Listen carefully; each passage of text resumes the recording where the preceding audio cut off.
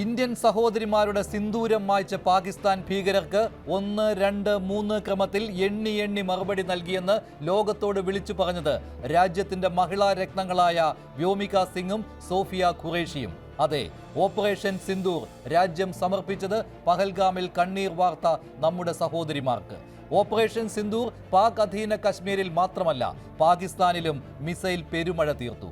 ഇത്രയും വലിയ ഭീകരവിരുദ്ധ പോരാട്ടം ലോകം കണ്ടിട്ടില്ല. ജെയ്ഷെ മുഹമ്മദ് എന്ന കൊടും ഭീകര സംഘടനയുടെ തലവൻ മസൂദ് അസറിന്റെ വീടിനുള്ളിൽ മിസൈൽ പതിച്ചപ്പോൾ നടുങ്ങിയത് പാക് പട്ടാളവും സർക്കാരും. മസൂദ് അസറിനെ സംരക്ഷിച്ചു പിടിക്കാൻ പാകിസ്ഥാന് കഴിഞ്ഞെങ്കിലും മരിക്കുന്നതായിരുന്നു നല്ലതെന്ന അസറിന്റെ പ്രതികരണം ജീവിച്ചിരിക്കുന്ന ഓരോ ഭീകരവാദിക്കും തോന്നണം. ഇന്ത്യ തുടങ്ങിയിട്ടേയുള്ളൂ. ഭീകരരെ പോറ്റി വളർത്തി ഇന്ത്യൻ മണ്ണിലേക്ക് തുറന്നുവിടാൻ പാകിസ്ഥാൻ ഇനിയും അനുഭവിക്കും.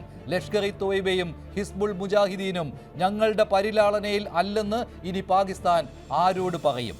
ഇരവാദവുമായി പാകിസ്ഥാൻ പതിവ് കള്ളക്കളി തുടങ്ങുമ്പോൾ ഡിബേറ്റ് ചർച്ച ചെയ്യുകയാണ്. ഇന്ത്യയുടെ തിരിച്ചടി താങ്ങാൻ പാകിസ്ഥാന് കഴിയുമോ?